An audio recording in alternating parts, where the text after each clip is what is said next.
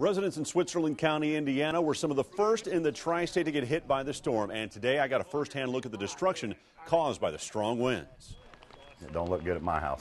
Like many of us, this morning's storm woke Todd Fogel from his sleep. When he looked outside, part of his home was nothing but a pile of wood and shingles. I heard a great big, like a roar, and I sat up, and the next thing I know, I just hear glass breaking, and it just sounded like chaos outside my house. And I look outside, and my garage is gone, clear into my backyard. Those winds left Todd's yard littered with parts of his garage and also trailers, which had been parked right next to his house.